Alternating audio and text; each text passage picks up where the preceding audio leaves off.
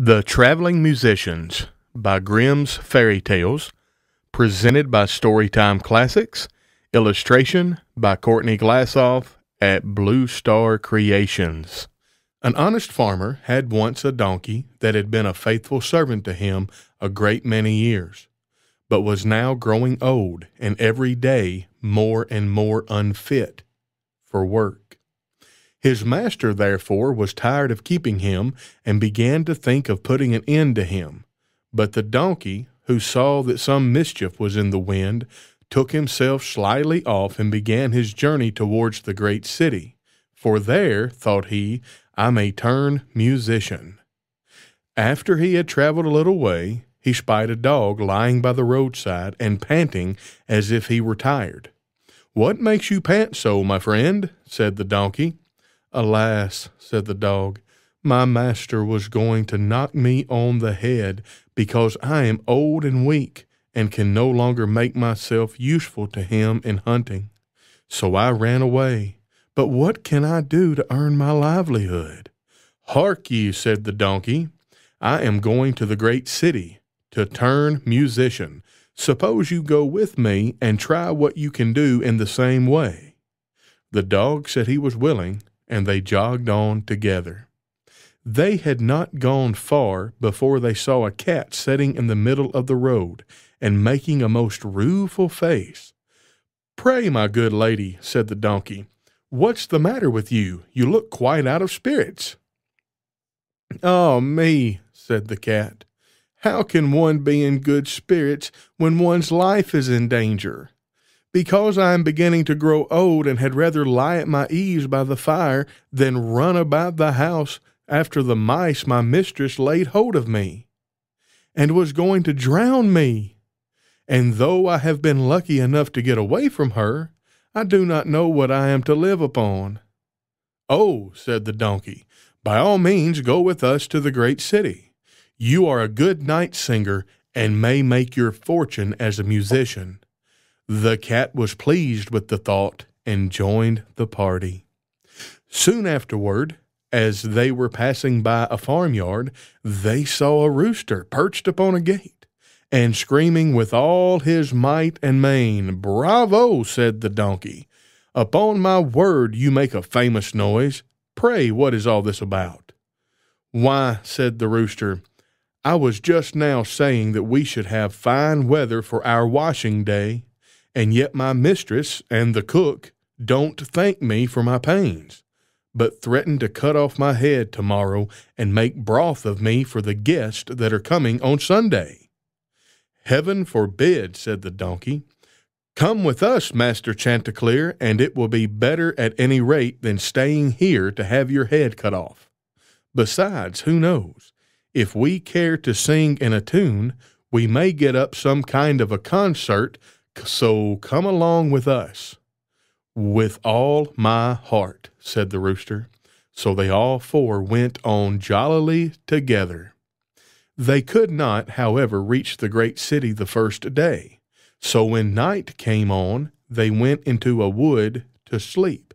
The donkey and the dog laid themselves down under a great tree, and the cat climbed up into the branches, while the rooster, thinking that the higher he sat, the safer he should be, flew up to the very top of the tree, and then, according to his custom, before he went to sleep, looked out on all sides of him to see that everything was well. In doing this, he saw afar off something bright and shining, and calling to his companion said, "There must be a house no great way off, for I see a light." "If that be the case," said the donkey, "we had better change our quarters, for our lodging is not the best in the world. Besides," added the dog, "I should not be the worse for a bone or two or a bit of meat." So they walked off together towards the spot where the Chanticleer had seen the light. And as they drew near, it became larger and brighter, till they at last came close to a house in which a gang of robbers lived. The donkey, being the tallest of the company, marched up to the window and peeped in. "Well, donkey," said the Chanticleer, "what do you see?" "What do I see?" replied the donkey. "Why, I see a table spread with all kinds of good things, and robbers sitting round it, making merry." "That would be a noble lodging for us," said the rooster. "Yes," said the donkey, "if we could only get in." So they consulted together how they should contrive to get the robbers out, and at last they hit upon a plan. The donkey placed himself upright on his hind legs, with his forefeet resting against the window. The dog got up on his back, the cat scrambled up the dog's shoulders, and the rooster flew up and sat upon the cat's head. When all was ready, a signal was given, and they began their music. The donkey brayed, the dog barked, the cat meowed, and the rooster screamed. And then they all broke through the window at once and came tumbling into the room amongst the broken glass with a most hideous clatter. The robbers, who had been not a little frightened by the opening concert, had now no doubt that some frightful hobgoblin had broken in upon them and scampered away as fast as they could. The coast once clear, our travelers soon sat down and dispatched what the robbers had left with as much eagerness as if they had not expected to eat again for a month. As soon as they had satisfied themselves, they put out the lights, and each one once more sought out a resting place to his own liking. The donkey laid himself down upon a heap of straw in the yard. The dog stretched himself upon a mat behind the door. The cat rolled herself up on the hearth before the warm ashes. The rooster perched upon the beam on top of the house. And as they were all rather tired with their journey, they soon fell asleep. But about midnight, when the robbers saw from afar that the lights were out and that all seemed quiet, they began to think that they had been in too great a hurry to run away.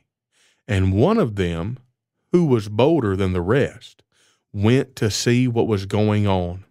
Finding everything still, he marched into the kitchen and groped about till he found a match in order to light a candle. And then, espying the glittering fiery eyes of the cat, he mistook them for live coals and held the match to them to light it. But the cat, not understanding this joke, sprang at his face and spat and scratched at him. This frightened him dreadfully, and away he ran out the back door, but there was a dog jumped up and bit him in the leg.